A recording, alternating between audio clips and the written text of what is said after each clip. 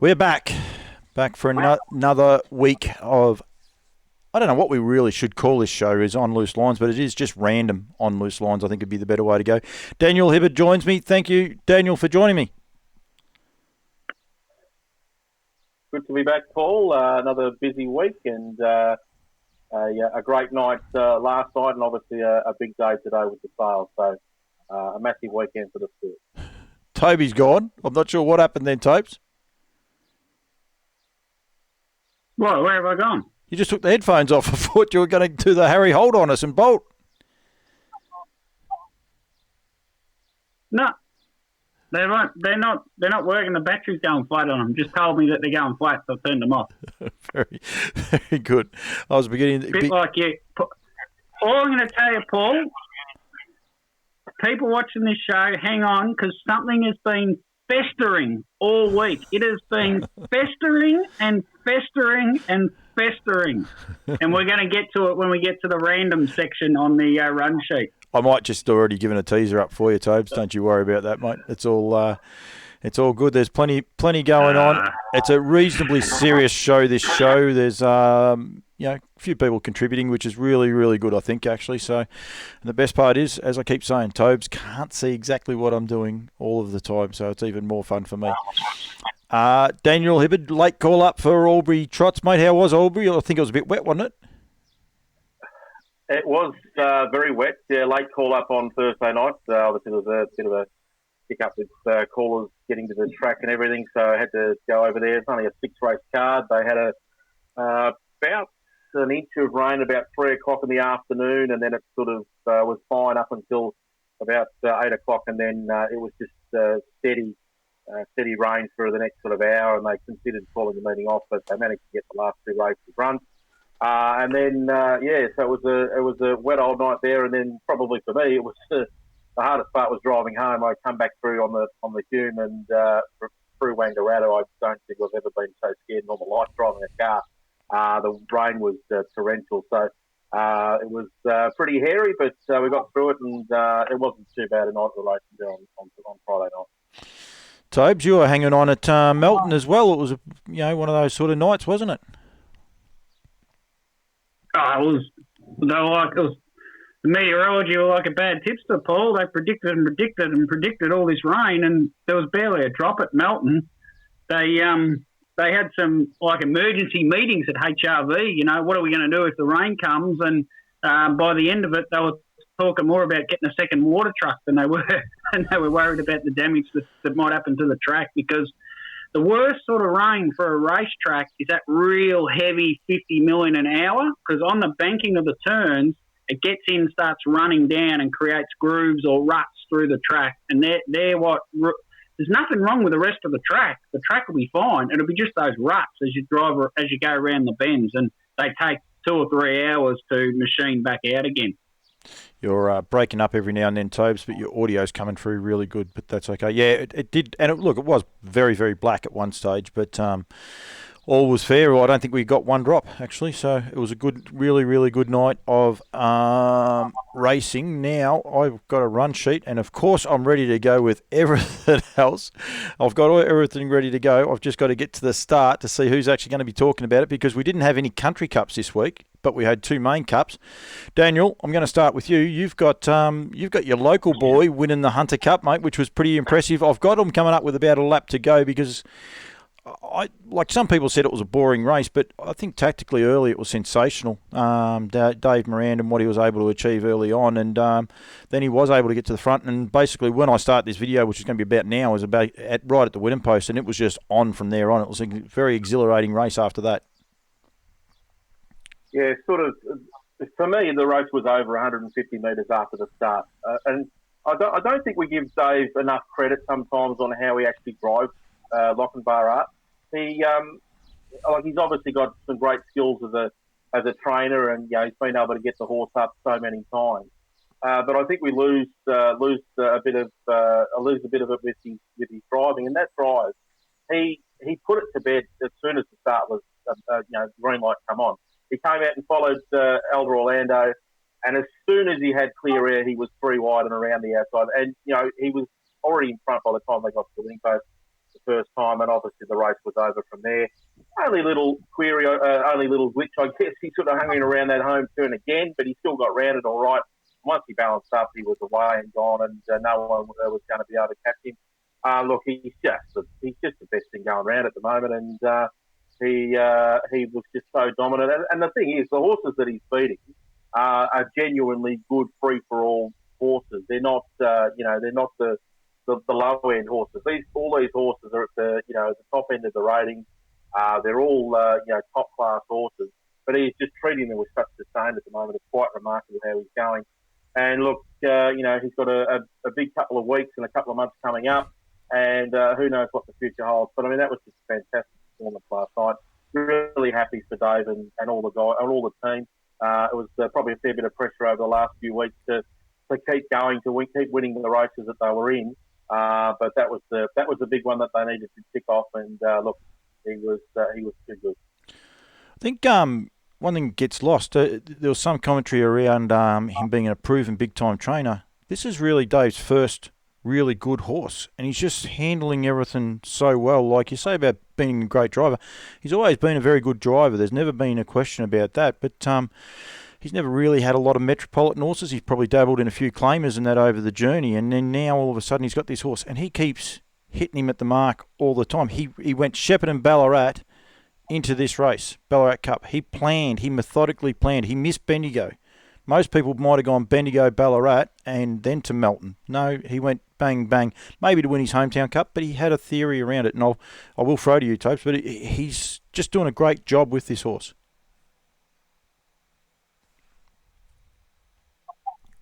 Topes? Yeah. I think, Paul, he's not frightened to ask people either. He's talking to David Aiken and getting all that help, and I know Boyo helps him out a fair bit as well. And he's just so modest and humble. He wouldn't be shy about saying to Akey, what do you think I should be doing, I don't know that or anything, but I'm just getting a sense of the man. That's what he's like. He's now, Paul, I'll give you the stat, he's the 45th richest Australian or New Zealand bred horse ever. But he's still behind Gamelite, would you believe? Like, put that into perspective at how good Gamelite was in the 80s is unbelievable, isn't it? So he's gone to 1.368456 in the millions, and he's climbing that ladder very, very quickly. 1.36 million. That's better. And he's an exception, and he's not finished. I mean, he's going to Newcastle. Now, he's not scared to travel him. That's one thing about it. He wasn't scared to go to Terang. It just didn't work with his planning, Tobes, like when he wanted to do it. But he's happy to go travelling. He's happy to try a lot of things. He's putting on a show, which is what we've got to do in harness racing, isn't it? Yeah, and he refers to him as the people's horse. So he's sort of fostering that as well. He's just, he's 110 out of 100 how he's handled himself, David Murray. Daniel, you may or may not be aware of it, but myself and Mr. McKinnon started up a relationship through Thursday for Trots, and we used to go to a Thursday night meeting, and we'd catch up with some of the participants. We were lucky enough to interview Boyo, weren't we, at Shepparton? Don't worry about the rest of it. We were lucky enough to interview Boyo, and we actually didn't know this was coming, but Boyo fast-worked the horse in his last lead-up race to the Miracle Mile or the Chariots. I can't remember which one it was, Topes, but effectively, Boyo, Dave asked him to gallop one for him. What did he say? He wanted to have a pacemaker for Lochinvar Art. So Boyo just put two and two together and said, I'm driving the galloper, obviously, and nah, mate, you can get on Lochinvar Art, and away you go. In his last hit out, like it was just, yeah. And that's, I think what you said, Topes, that's a measure of the guy, isn't it?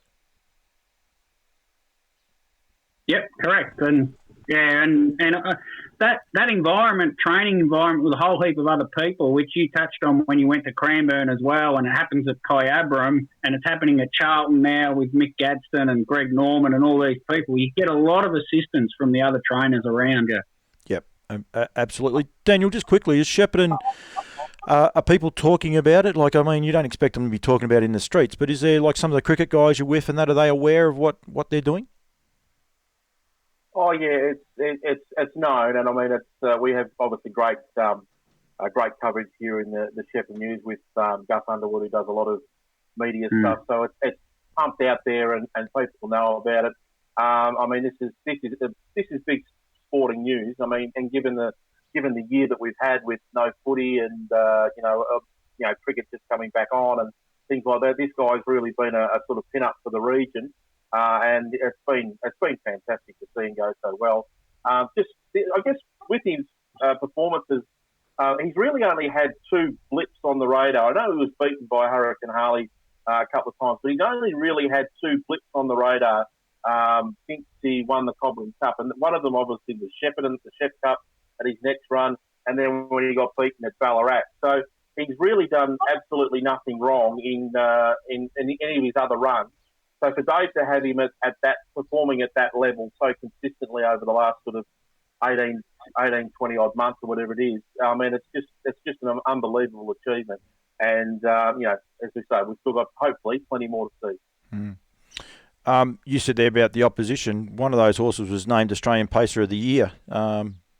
I think on the Friday prior to the Hunter Cup in King of Swing. So, and he's in winning form. So yeah, he did an absolutely awesome job, and hats off to him. He was an amazing run in that race. He was a great run in that race, but he was just no match for him on the night. No, I was actually at Cranbourne Greyhounds doing a live feed there, and I was we'd finished it and just luckily flicked over. We're about at 5 minutes, and Jason Adams and James Vandermeer, they're both commentators in the Greyhounds, both social media wise and race calling commentators, and they sat there and they just said, wow, so he is a horse that is capturing a lot of people's attention. There's not a worry there at all. They said to me when he got to the front, does he get beat? I said no chance. It didn't matter. Once he got there, it was just all over. So that's what we want. We want people talking about him everywhere in the streets. Tobes, you and I were there Friday night for the running of the Great Southern Star, and it was brilliant. I don't know why they ever closed this format off. That might have needed tinkering from time to time, but it was sensational, and what a final it was, wasn't it? It was just a fantastic series, Paul, and what I loved the most about it was the challenge to the trainers. Andy Gath was challenged. It was something different. He had to get a horse back up sort of 3 hours later. Anthony Butt was talking about what him and Ricky Elsham were going to do. He didn't say what they were going to do, but they'd come up with a formulated plan, I go down, I bumped into a bloke called Wes Shelley, would you believe, and said to Wes, what are you going to do now? And he said, I got no idea. And I said, are you going to pre-race warm her up again? He goes, I don't know. What do you think? They were challenged out of the norm, and we don't want to see it every week. I just love that challenge that Andy Gath had, that Ricky Elchin had, that Wes Shelley had, that all those trainers on the night and Brad Angove had to get their horse to back up 3 hours later. And I think probably Zach Phillips and Robbie O'Connell might have done it better than anybody, to be honest. And what a horse, Tornado Valley, Paul. He's now the 9th highest trotter from New Zealand and Australia on earnings with 975,117. And the horse that's 4th on the list, Paul, is a horse called Speeding Spur, who is at stud at Woodland Stud if you want to go to him. He's still 4th on the list, Paul. The Tornado Valley's coming, and he might get as high as 5th, Tornado Valley. He's a freak. I played the video, Tobes, while you were going, and you say about Zach Phillips, one, they backed that horse. There was confidence in the camp to back Magical, even though he'd drawn outside of him. And what a daring drive. There was no way he was going to stop punching on until he got to the front, and I think Kate was aware of that. And then I think he assessed the race that no one's going to attack him because Tornado Valley was back. The other trotter just sat there. There was Williams's. I think he's. It's great to have a person like Zach back in the industry. He's so measured in what he says. Sometimes he can be a painful interview because he takes a long time to get an answer out. But he can back up a lot of his statements with facts, and even if the facts haven't come until after the race, while the race is on, he's just tremendous. And see him trying to punch him out there right on the line. It was just a rip and finish. It was really, really great race. Yeah, it certainly was, and just the whole theatre of the whole night, the barrier draw, the theatrics of the barrier draw was unbelievable.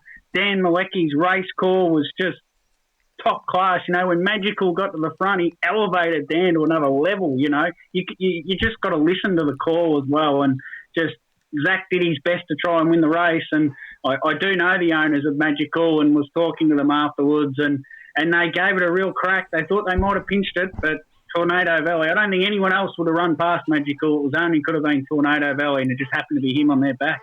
I know Tony and Angelo very, very well, and Daniel, after the race, they were cheering, and they were cheering ridiculous. They were bear hugging, jumping up and down like someone does winning a netball game or or the likes. And we're thinking, oh, these poor buggers, they don't realise they've been beaten. And then when the numbers came up, someone pointed to the numbers to them, and they're like, yeah, and they were still jumping up. Angelo would be 60, wouldn't he, Tobes? Maybe even, I don't want to be mean to him, but he's not a young man. He was still carrying on. They were doing the fist pumps. They were just stoked just to run second. They knew they'd run second. It just looked like they'd won the race. You would have swore they'd won it. They didn't care. They just had an absolute ball. And not bad coin for second there, Paul. Yeah, 45 grand per second, pretty good money. The final was a little bit different, obviously, than the heat. The heat, they really smashed the clock. The track record for Tornado Valley, 154 for Tough Motto. The final, they were only a bit slower, 157.1, which probably played into the tactics of the race. Horses backing up 3 hours later. So there's all those sort of different connotations and everything about backing up into the final. But this training performance by Andy, I can't think of another performance like it. I mean, if you're getting a horse, there's plenty of times where a horse has come back from an injury or a spell or a long spell, and come back to the races and won a nice race, and it's all been lauded that the horse has done a great job, and then it comes back second up, it might not be quite as good, or it might run second or something like that. But this horse has broken the track record, first up from a 4-month spell, and then backed up 3 hours later and won a $300,000 race. I mean, it is incredible. It's the most incredible thing. You couldn't write it. You wouldn't be able to script it. It's just absolutely insane what was achieved on Friday night. I've racked my brain trying to think of something along similar lines. And I can't think of any. And I think Andy's just an absolute genius. So it's just he obviously played his cards close to his chest about whether the horse was going to run or whether it was. I think probably deep down he knew that the horse was in pretty good nick. And when he put the nomination in for the series, but it's just the most incredible story. And you go a long way to find anything that matches something like that. Absolutely, Topes.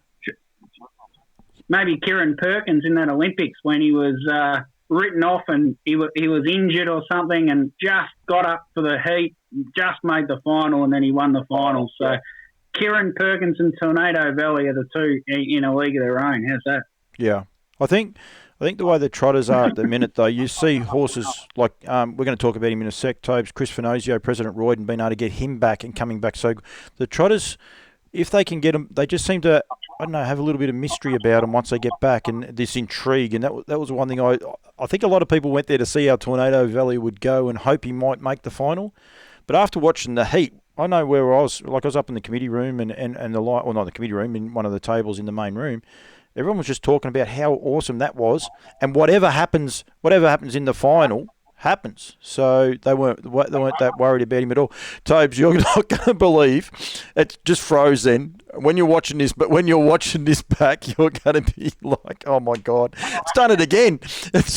I'm not doing that. It's your internet connection, but you're going to be laughing at your facial expressions yourself. Before we get off this, one thing I found that intrigued me. Driving home and listening to Andrew Hughes, they had dead time because they lost a few race meetings and they were doing the interviews, and they played the Andy Gaff one. And one thing we've got to learn from these scenarios, Doc Hargraves went around and took all the heart rates, and he took Tornado Valley's last, and he told Andy that by far his heart rate is the best recovery. That's information that the punters should have, that the people out there should have, I feel. What you do with it, that's up to the individuals. But I think it's something that was very, very important, and that swayed Andy and Kate to drive that horse. You say that, Tobes. Heart rates are huge. They really are. They can show you can learn so much from it. But you can't release that information, Paul, unless they're all done at the exact same time. You can't say, well, this one was 90 and this one was 70, but they were 5 minutes apart. Well, they wouldn't be done. They wouldn't be. There'd only be. Each horse would be done, but there was 3 or 4 vets there, so I can't see why they couldn't be done at the same time. So you might be right. 3 or 4 vets can't do 10 horses in But they don't have to. They don't have to do Same 10. They don't have to do 10 because there was 2 heats. So they'd only be doing the ones that. Or 9. Sorry, 9. Yeah, but they'd only be doing the horses that qualified. No, You don't have to worry about the ones that are. How do you know who qualifies? The 9 horses from the first heat could have all qualified. 7 of them did. No, that's wrong. You're actually wrong. It's the other way around. Second heat. They all qualified. And you was in the second heat in that. So, yeah. So they would have known, though. They would have been able to work the times out. Yeah. That's okay. We're not going to argue over heart rates. I just think... But it's a good point, though. It is a good point. It is information that, if it's done correctly and it's given to the punters, typically in the way the series was run, if the punters know that the horse is recovered superbly or it's recovered okay, whatever the case may be, it would just help them a little bit because it was certainly a race that people would have been wanting to have a bet on. I just think if that was afforded to the trainers and the stewards, why wasn't it afforded to the betting public, Tobes, is my thoughts. You can do with it what you like. You can say, well, Triumph, one of the other, and you tried harder, so her heart rate was higher. That's fine. And as a runner, Tobes, just because you've got a low heart rate doesn't mean you're fitter than the next person or the rest. It's just a guide, but that was just something that Andy Gaff used, and I just thought it would have been something that could have been good for punters if they wanted to use it. They didn't have to use it, but just something.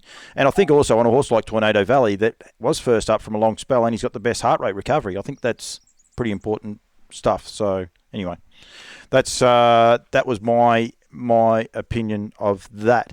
We are up to notables, and I'm pretty sure Tobes, you were first. We've got to keep going because Tobes has got a fair bit on this week. Oh no, we got Ray. Oh, we're sorry. Okay, sorry, Tobes, you've updated it. It just updated on me just then. The run sheet. We've got some randoms now.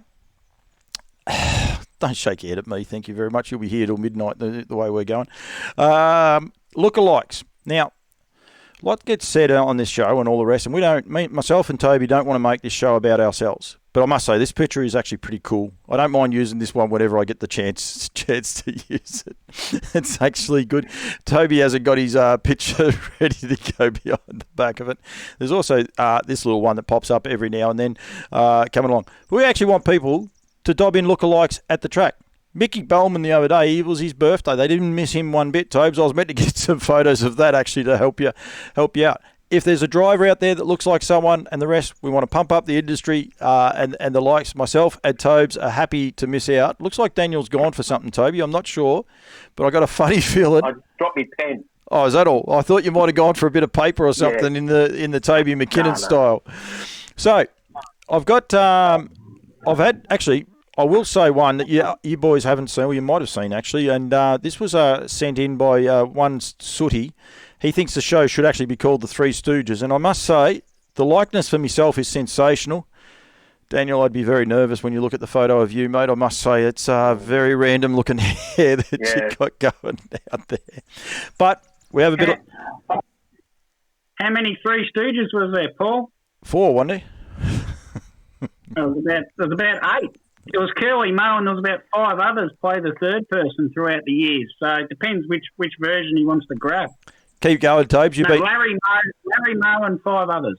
You keep going, Tobes. Talk about Jim Lobby because I've got the picture up for you. But Jim's done some great stuff. Lobby. Yes, James Lobby, Jim Lobby. Jim Lobby. Yeah. Okay. Well, Paul, he has sent in something for you. One for next week's show. We all know Veggie, that's you, Paul, Veggie, 7. gets his tongues tied just a little bit. Last night, he called me Jim Lobby, which happens a lot. But how you get Lobby out of Luby, L-O-O-B-Y, is beyond me. Luby as in, here we go, Luby Lou. And if you look it up, the name in the dictionary means a silly fellow. Thus, the name Don Key is his Twitter name, and very ironic that it means silly fellow, and you keep calling him Lobby. It's James Luby. So hence, this has been festering up for some time for James. Festering and festering and festering. And he went nuts this week on Twitter with some of the best lookalikes I've seen of you, Uncle Fester. It's down there. It's down there in the bottom. James. It's up there. You got something up there, have you? With your little head poking up. Yep. Unbelievable. So go to Twitter, get on with James Luby. He's been pumping us up. He's a great man. He supports the show, and great for him to send something into us. And if you're ever in a hotel for you, Paul, then you can call him James Lobby. It'll be fine. It'll be fine, Jim. I'll go back to Jim and James. It'll be a lot safer. But he does put, just so everyone's aware, he puts gifts up, and I can't actually capture the gifts. I don't know, they got some code in them, so I can't actually pinch them. So what I want to do, this was put out the other day about what band would these two be, these two clowns that I've got up on screen right now. Tobes, you keep breaking up at the weirdest times. I'm sorry, mate. Stephen Blacker and Mick Gadsden are here. I've got their photo up. You're making them two look good just there at the minute. And this was a question, what band would these two be on Twitter the other day? And they had some random things and all the rest. But both these gentlemen surely look like a few other people going around. We want some input from other participants just to get back, get a little bit, comfortable. It has to be all fair, and I won't put anything derogatory up by any stretch. There's no way known there. But, just give us a little bit of feedback back for these two boys. And if you don't have a look-alike, just give us a band name that they might be, or a band the two of them might be together. Tobes, you got nothing? Yep. And the third in the bed said, roll over, roll over. Oh, you are random. If people are listening to this, on our podcast, they've missed all the pictures. They'll be like, "What is McKinnon on now?" They won't even have a clue. Oh, Steve Blacker owns Rollover. He owns a lot of horses. You could call him a lot of things. Yes, he does. Rightio. Okay, let's get back on to notables. Tobes, you are first up, mate, with Pogger. And while you're doing that, mate, I've just got to go and find that picture. So you keep talking about what Pog's up to with Kez, and I'll quickly try and find that photo. I'm sorry, mate, I didn't put it up there for you. That's all right, Paul. I'm used to working with you over a number of years and having to put up with your delays. No, great man, Pogger Solder, and I thought it was notable, Paul. He just jumps on all these things with the Harness Charity Challenge, and with the Teal campaign, he put a tweet up, "I'll throw my support behind Karen Manning," and he's put $10 a win on all the drives for the month, and all the money will be donated to Team Teal. Get real support, Teal. I just thought it was a nice way of mentioning the Teal campaign, nice way of mentioning what a super bloke Pogger Solder is, and Karen Manning, I'm sick of hearing she's had 4,000 winners. She's well over 5,000, and I can't wait till she gets to 6,000. How's she well over 5,000? 4,000 drives, 1,000 trained, Paul. Yeah, I'll pay Plus that. some. I'll pay that. That's fine. That's not a hassle. I wasn't sure where you were going with that. So, but yeah, I got that graphic up, and I must say, well done to the girls too. They changed it up a little bit with a few of their tweets that they've been putting out as well, with a different a slant on them. That's for sure. But it was very well done, and he did that off his own bat. No one told him to do it, so he was all cool. Troy Harley, guys, a mate of ours that we've had a bit to do with, and I was with him last night at Cranbourne. They've got behind it as well. So while we're talking about Get Real Support Teal, Troy Harley and the Bendigo Greyhound Racing Association have got behind the Teal thing, and every female trainer that trains a winner, they will donate $50.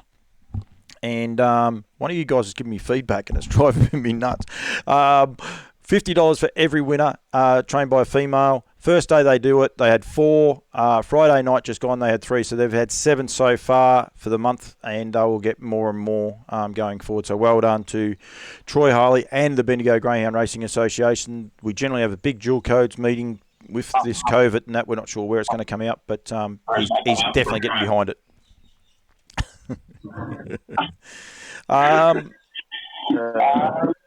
Toby, back to you, Tobes. Again, Daniel can just sit there and behave himself again.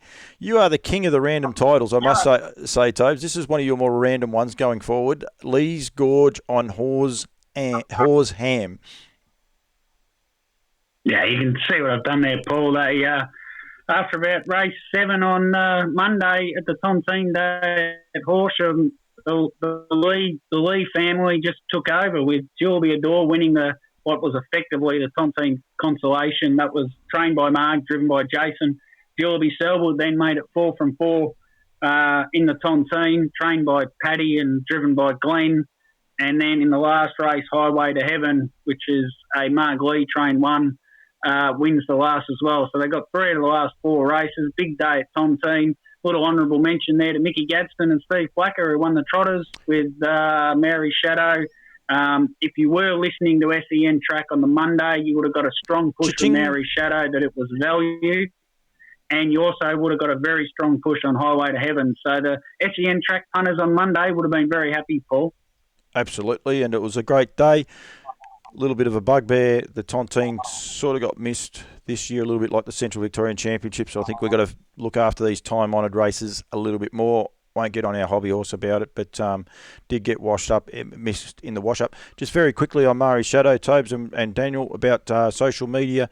I saw Mickey Gadsden just put a tweet out then, working Murray Shadow down the newly refurbished straight track at Charlton Harness Racing Club. So they're doing a lot of things there at Charlton, and good to see. Good to see Mickey Gadsden throws it up on social media too, but that's great for Charlton as well. You're fighting, Tobes? I wasn't sure if you were going to say something. Daniel, what's he written here? Alfred draws line in the sand with a treble at Maryborough. And I've got no idea what he's referring to there. I tried to work it out, and no, it's you lost. So you're gonna have to fill me in. He was 7 or 8 winners behind Jack Law and James Herbertson, and the state drivers' premierships is up for grabs, and Chris Alford says, nah, enough's enough. I'll get a treble at Maryborough, I'll get a double at Melton, I'll get another double at Melton, and all of a sudden, he's nearly back on top where he believes he belongs. Very good. Fair point. So it's 3 winners there at Maryborough, 2 for Joe Bella, and then 1 for Bill Milner. Miss Chanel won in 159.4, paid about $4.70. It was a good run.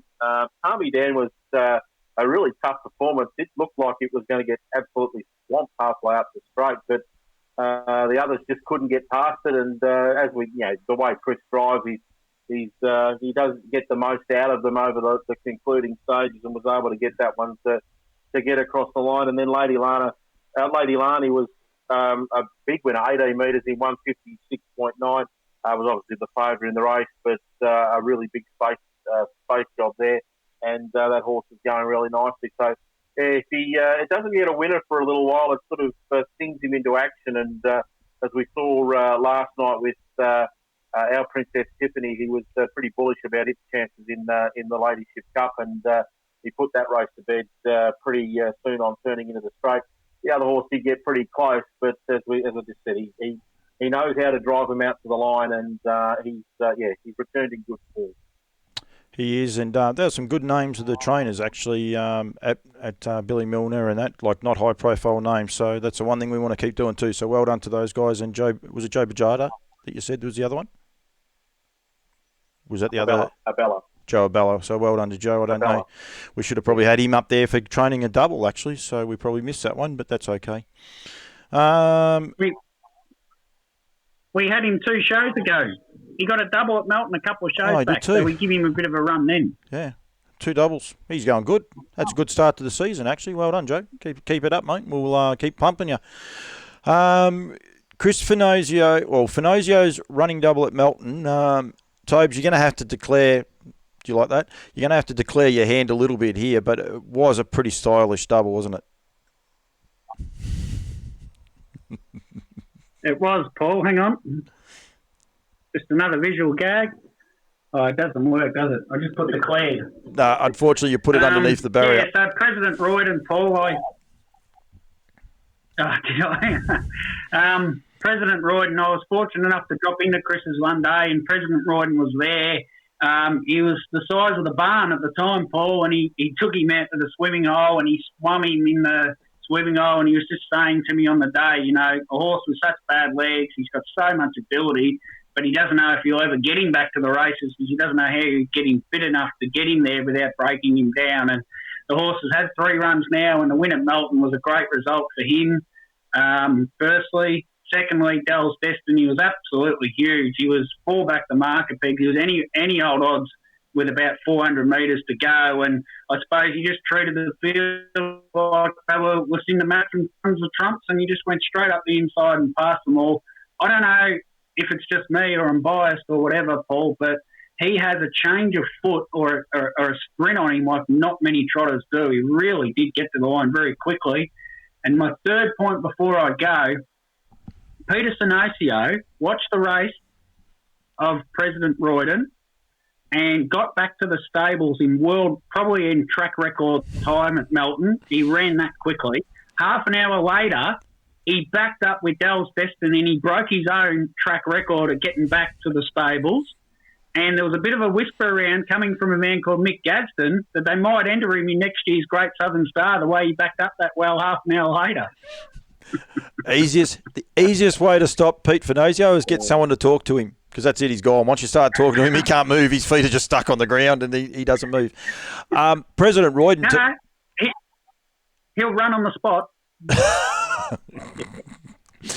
President Royden, Tobes, we were fortunate enough to jog him up here a few times for Grant and Kez, and he's plagued by injuries. He's doing an enormous job. He came over, a lot of people forget, he came over, I think he started favourite in the Derby back when there wasn't heats. And I think he ran third, but his record in New Zealand was just sensational. But yeah, he's had a lot of injuries. It's not one injury that keeps reoccurring. That's his biggest problem, but he's doing a great job.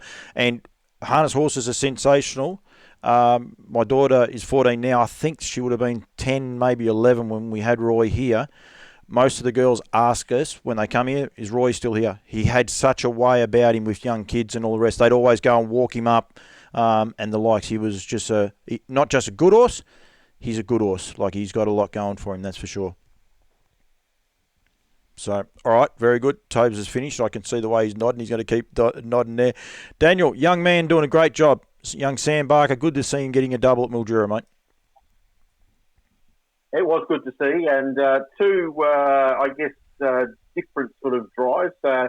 He must have thought at one point he was driving at Flemington, because in the first race with Always a Celebrity, he ended up pretty much on the outside fence with Headmaster. It was quite a weird race to watch, because those two sort of cleared out on the others, and they were on the outside fence, and the rest of them were on the peg line. It was quite a funny sort of sight. But got the cash there with Always Celebrity at $23, if you don't mind. So it was a nice first leg of his double.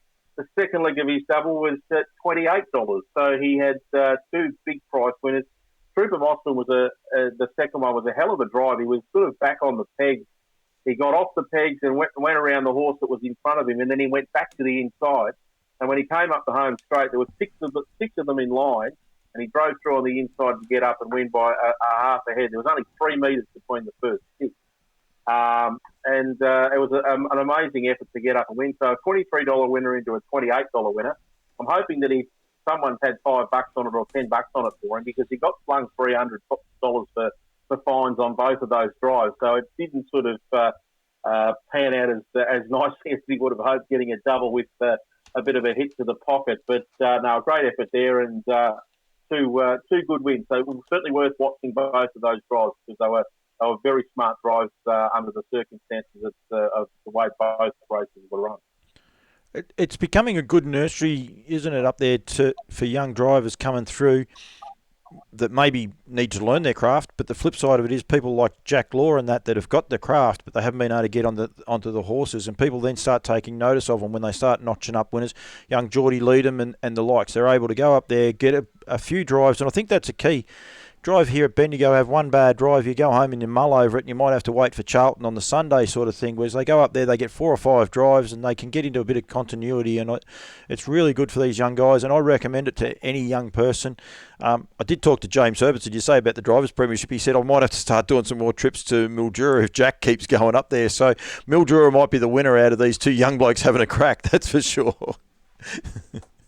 It's different racing up there. It's really no holds barred racing, and for those young guys and girls that are learning the craft of driving, there's no better way than the style of racing that you get up there.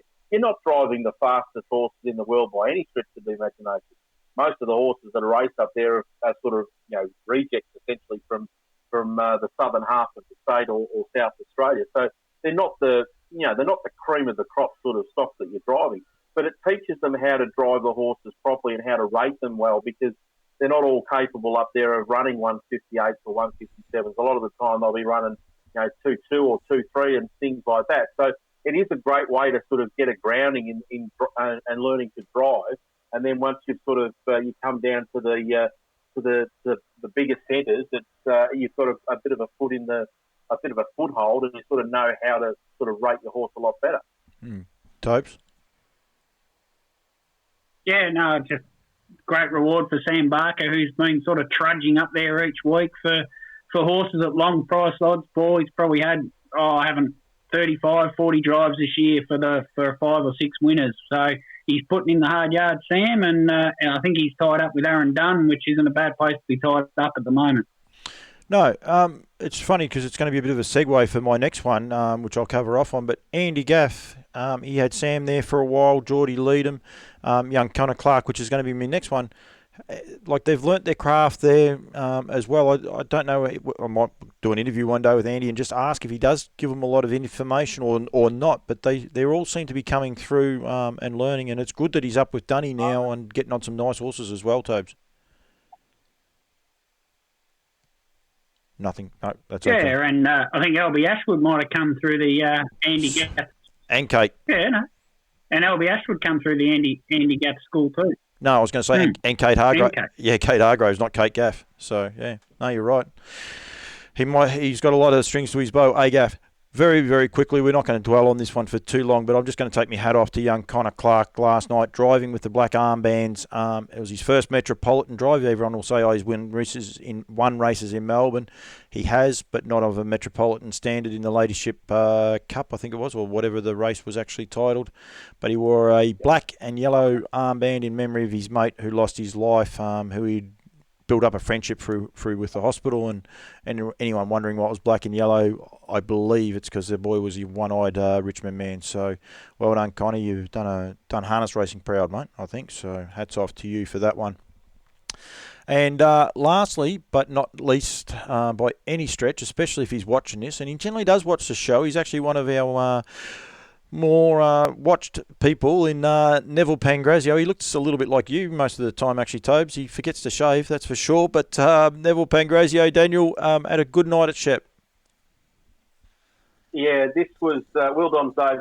This has really been a real project for the stable over the last probably 12 months, I suppose.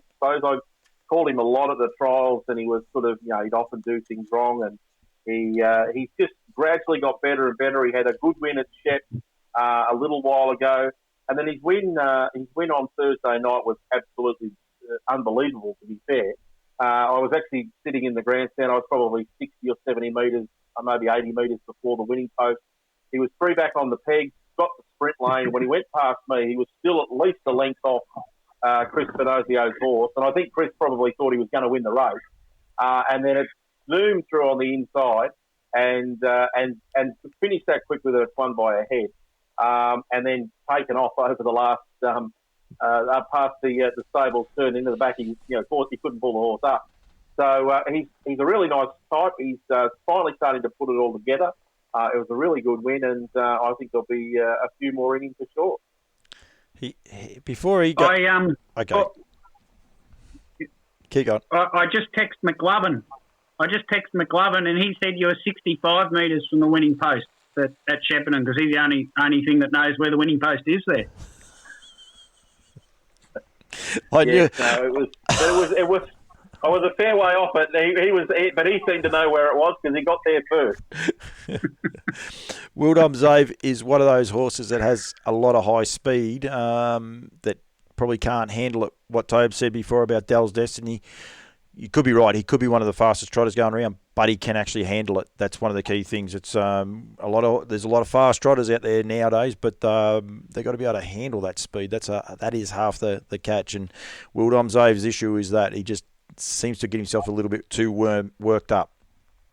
Discussion points. That's our. That is the end of our notables for this week, and the likes. But as I keep saying to people, if we're missing one or whatever, don't be scared to flick it through to us so we can make sure we get it out there and go from them.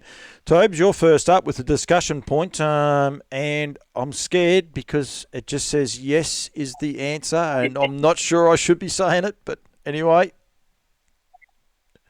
Yeah, I just put that, Paul, because I know how much it troubles you, but I'm working on something for Charlton Harness Racing Club where we have this punt off, and I ring the punters and they say yes. There's nothing in it for them except they're going to volunteer their time on the day. I'm doing track. I'm ringing these people and messaging them: Darren Carroll, Craig Knott, Mitch Sidebottom, Matt Lepard, all these people, and they just say yes. Yep, no worries. Yep, no worries. Yes, no worries. It's just. And it's brilliant, and I love that support that they're giving. And I suppose we're no different, us three. We're doing this just off our backs, just to try and promote the sport. And there's a lot of people out there that are putting in the 1%ers to promote the sport. And I just love the fact when we ask people to do it, they just say yes, no worries. Tom Hogan, yes, no worries. So that was what yes is the answer is, Paul. And I deliberately did that just because I knew it would wind you up. It's a great point you make. Friday night, I said I went hobnobbing and all the rest. Darren Carroll, I forgot Darren's brother's name. Toby, help me out. Darren's Brett. Thank you and Matt Lepard, and they stop and they talk to you and they talk to us. You know, like they don't have to talk to you or give you any time or that, but they actually enjoy the banter, they enjoy the company, and they enjoy what's going on with harness racing. And they comment on every show. They don't definitely not just this show. They comment on a lot of different shows and all the rest. They're a great bunch of people. And if you're out there and you're on the fringe of harness racing, get involved because there's some ripping people there. It's a really great sport, I think. That's it. Rightio. Daniel, yours is a little bit different. Elites, champions, and then legends. Can I go? Paul's elite. Daniel's a champion.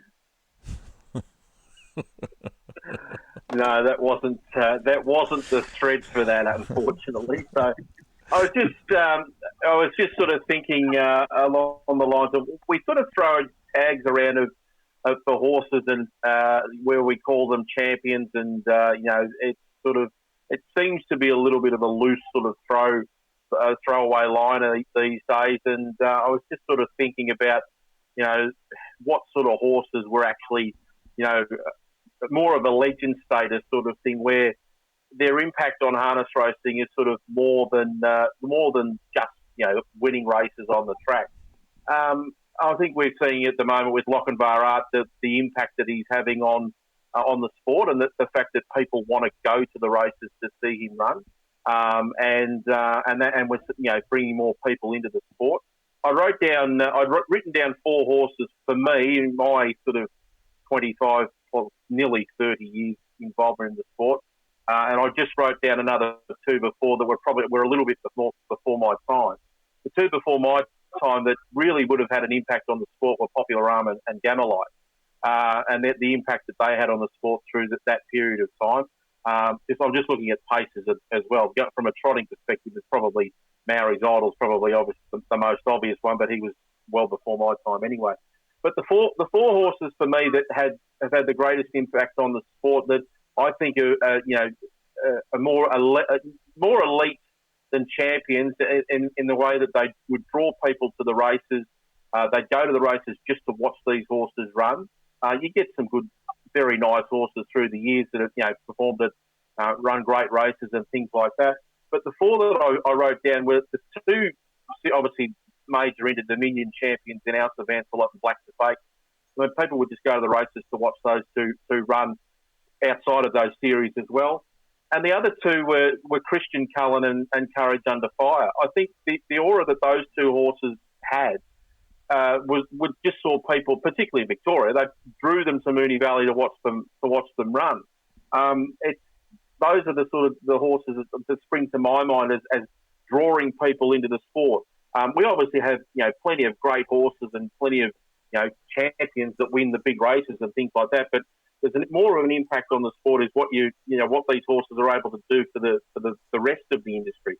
And I think that, for me, those are the four that sort of resonate with me through my, early time in the sport.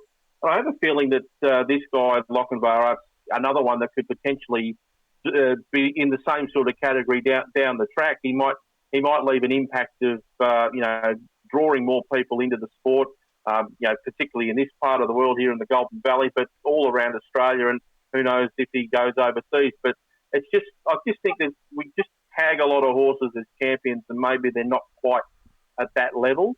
And I just thought it is always up for debate, and it's an interesting conversation. But they were just my sort of thoughts on who I thought were the absolute elite of the sport, and who really have had an impact on the industry.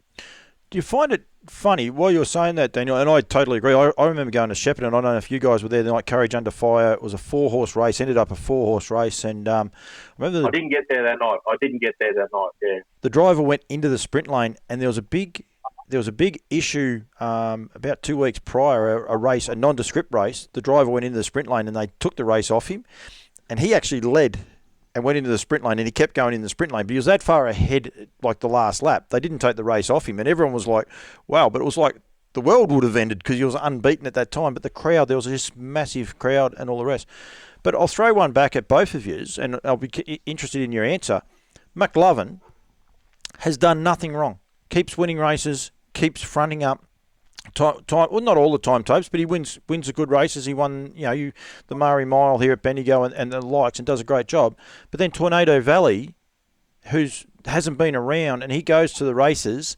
He done more. Tornado Valley was able to do more in one night than what McLovin's been able to do over the whole summer. Like it is an interesting thing. You can't pot McLovin. Everyone loves him. I'd love to have him. I know there'll be a lot of people who'd love to have him, but it's just interesting. Some of these horses, how they can capture the person. I don't know if it's personality or what it is they capture, but they just capture the people.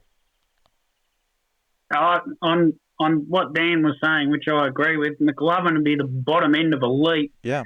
Tornado Valley's probably the top end of champion. Yep. I don't think he's quite a legend of the sport. He's very close now. 9th highest horse, prize money earner of all time as a trotter, Tornado Valley. And look, he must be very close to legend status. He must be, but I'm not sure he's quite there yet. But after Friday night, and perhaps in another year's time, we'll look back on it and say Inter Dominion winner, Great Southern Star, and all the rest. He is a legend of the sport. I'm not sure. And Dan Malecki, and congratulations to Dan, because he just got made a living legend of the sport. So a little notable there too, Paul. Yeah. And all I was trying to do, actually, Tobes, was just compare those two horses, because McLovin's been in terrific form and has done nothing wrong, yet he can't seem to draw a crowd. Yet Tornado Valley, if he fronts up next week in the Night Pistol, or this week as it will be when this comes out, if people can get there, you'll get more people just to simply see how he backs up and how he goes. McLovin will be backing up as well, but the people won't want to flock there to go and see him and the likes. But yeah, I tend to agree. It's actually very good. Might be one of the things you maybe should have put. And you've got. Sorry, Daniel. Yeah. I was just going to say one of the things maybe you should have put is a 4th category, drawing power. And then that would be a really interesting one. It's just on with Lochinvar, like we're saying, you're saying Tornado Valley being able to draw a crowd, like with Lochinvar going to the Newcastle Mile. I mean, they're going to have to lock the gates. I mean, there'll be that many people wanting to go and see him to watch him run that on the Newcastle Mile night. I mean, it'll be the hottest ticket in town, and it's fantastic for the sport. I mean, it's just it's going to be a sensational to see him go up there and hopefully win the race and set himself up for the Miracle Mile. Absolutely. It's really, really good times. I think it's a good debate, and I think there's plenty of ways we can go about it. My discussion point, I was there Friday night, and as a person that thrives on this industry and I want this industry to prosper, I think we unfortunately missed the boat badly with the presentations of the races. I understand that there was a concern with the storms, but when the storms don't happen, do something different. Don't do what we did the other night at Melton. The first race, the first heat of the Great Southern Star, Daniel, the sponsor, and as I said, Woodlands were the sponsors, they didn't even make it to the track. They didn't even get to do the presentation because no one had informed them of where to go. So they're standing there waiting to find out where to go because there was all these barriers and the likes, and Tough Monarch had left the track, which is just not good enough. They fixed it the second time. That's okay. Tornado Valley comes back after winning the Great Southern Star, and Kate's coming back to the people. Only just gets to the wooden post. I think they should make them go a lot further up because the rest of the crowd, it was only the owners that were able to get to that spot. There was a couple of girls wanting to take selfies over the fence with Tornado Valley, and Kate stopped them, and she was hurried up by the people to get up to the other end to do the presentation, which I think is wrong. They should allow that horse to take forever as it wants to. And then the worst thing that they did move it. I understand that there was weather worries and the like, so they moved it up to that end of the track and the rest. But guess what? Face the crowd. Don't have your backs to the crowd while you're doing it. Surely they can move the TV camera so that it is shining so that the people can actually see everyone else. All we got to see was the backs of clerks of the courses and everyone else's backs, and I think it's poor. There was people out there on the thing. It was one of the greatest things we'd all seen for that long, and to be able to get people back involved in harness racing, I think as participants we need to lift. I'm not having a crack at one person in particular, just merely pointing it out that it was poor. The Hunter Cup night was sensational, they tell me, and all the rest. And I know there was a lot of people that night at Melton that weren't happy, but I just think the 1%ers, make sure, if you have to move them where they can't be near the crowd, at least make sure they're facing them. It's bad manners to have your back turned to anyone, and I think we've got to remember these things. So that's I'm going to call it my rant, not my discussion point. I just think we could be a lot better than actually what we were, that's for sure.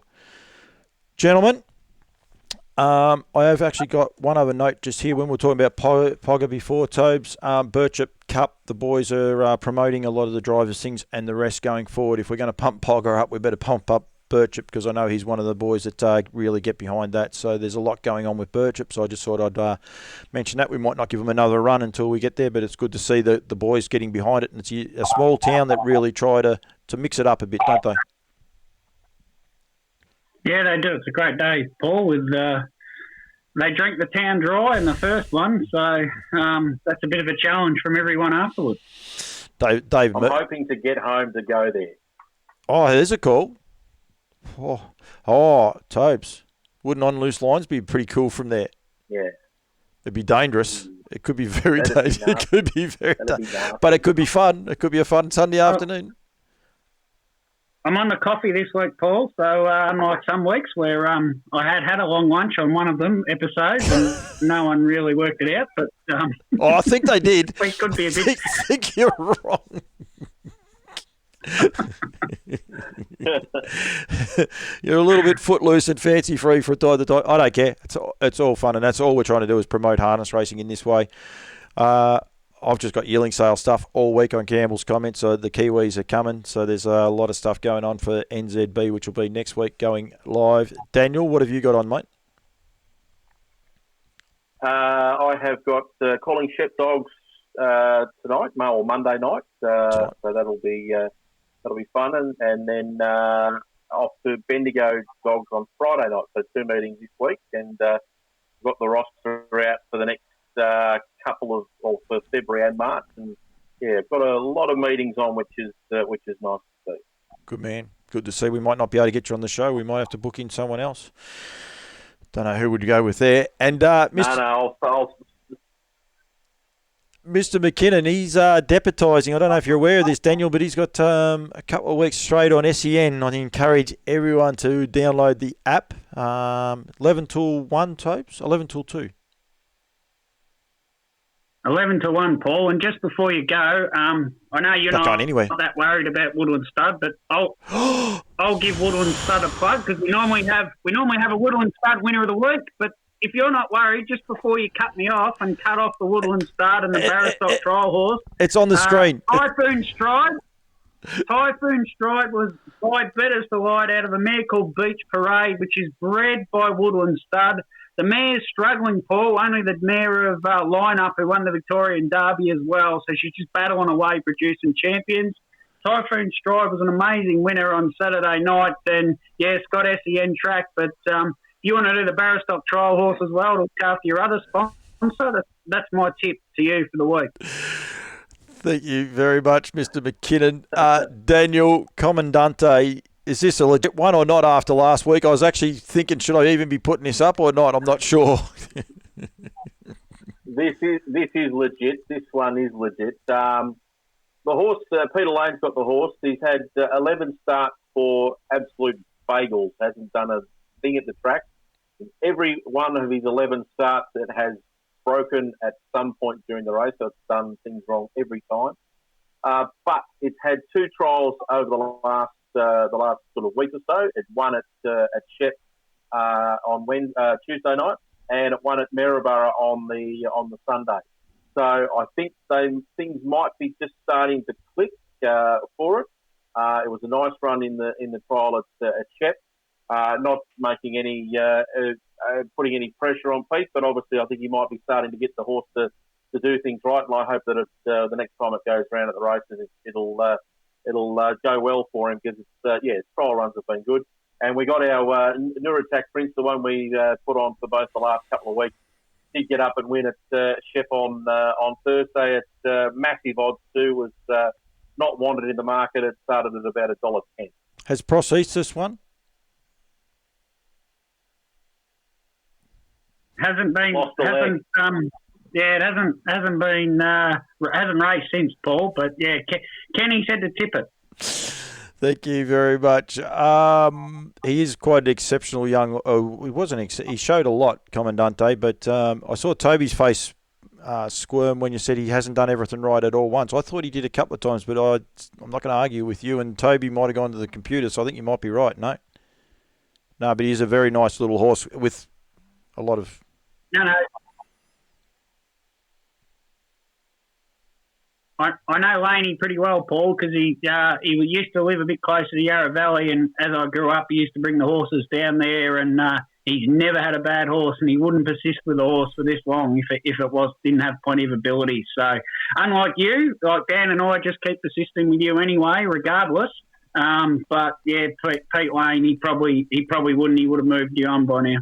I'm sure he would have, but he would have looked after me, because he looks after his horses like they are royalty. I know that much. Unlike you two blokes that just throw me under any bus that you can find. Tobes, if this is country people, people interstate that may be watching this show, how do they get the SEN app to listen to the Harness Hour on SEN?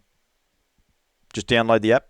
They go to their app store, they download the app, or you can go to the website and download it off or listen on the website as well, Paul. And if you're in Melbourne, it's 1593 SEN track, the home of pacing, chasing and racing. I have done a run sheet, and I will follow the run sheet. Don't you worry about that. Good luck with that. Actually, got Courtney Slater on, Paul, something you should listen to, because she's going to talk about, she's going to do a tutorial on Tuesday about breaking horses in, which would be a good one for you to listen to. And then Wednesday, I've got Darren Carroll coming on to talk for an hour about syndication. So a couple of there that might be of interest to you. Can you ask Darren about his haircut? I need some tips. I'll tell you, Paul, no point putting tips in your hair, because there's no hair there to put the tips into. I'd tip my eyebrows, but there's not enough of them. Can I borrow some? I'll tell you, this is starting to fester. Where is he? He's right there. I'll just put him up alongside of him. I won't let Mickey Bellman down, though. I'll make sure you're there as well. Well done, boys. Had a lot of fun. It's been a bit of a random show, and that it goes on and on and on. But thank you. We'll be back next week for On Loose Lines. Not 100% sure what day we'll be doing that either, because unfortunately I've got commitments all day Sunday, but we'll get it done. Thank you very much. Have a good week, guys, and thank you for joining me on Loose Lines.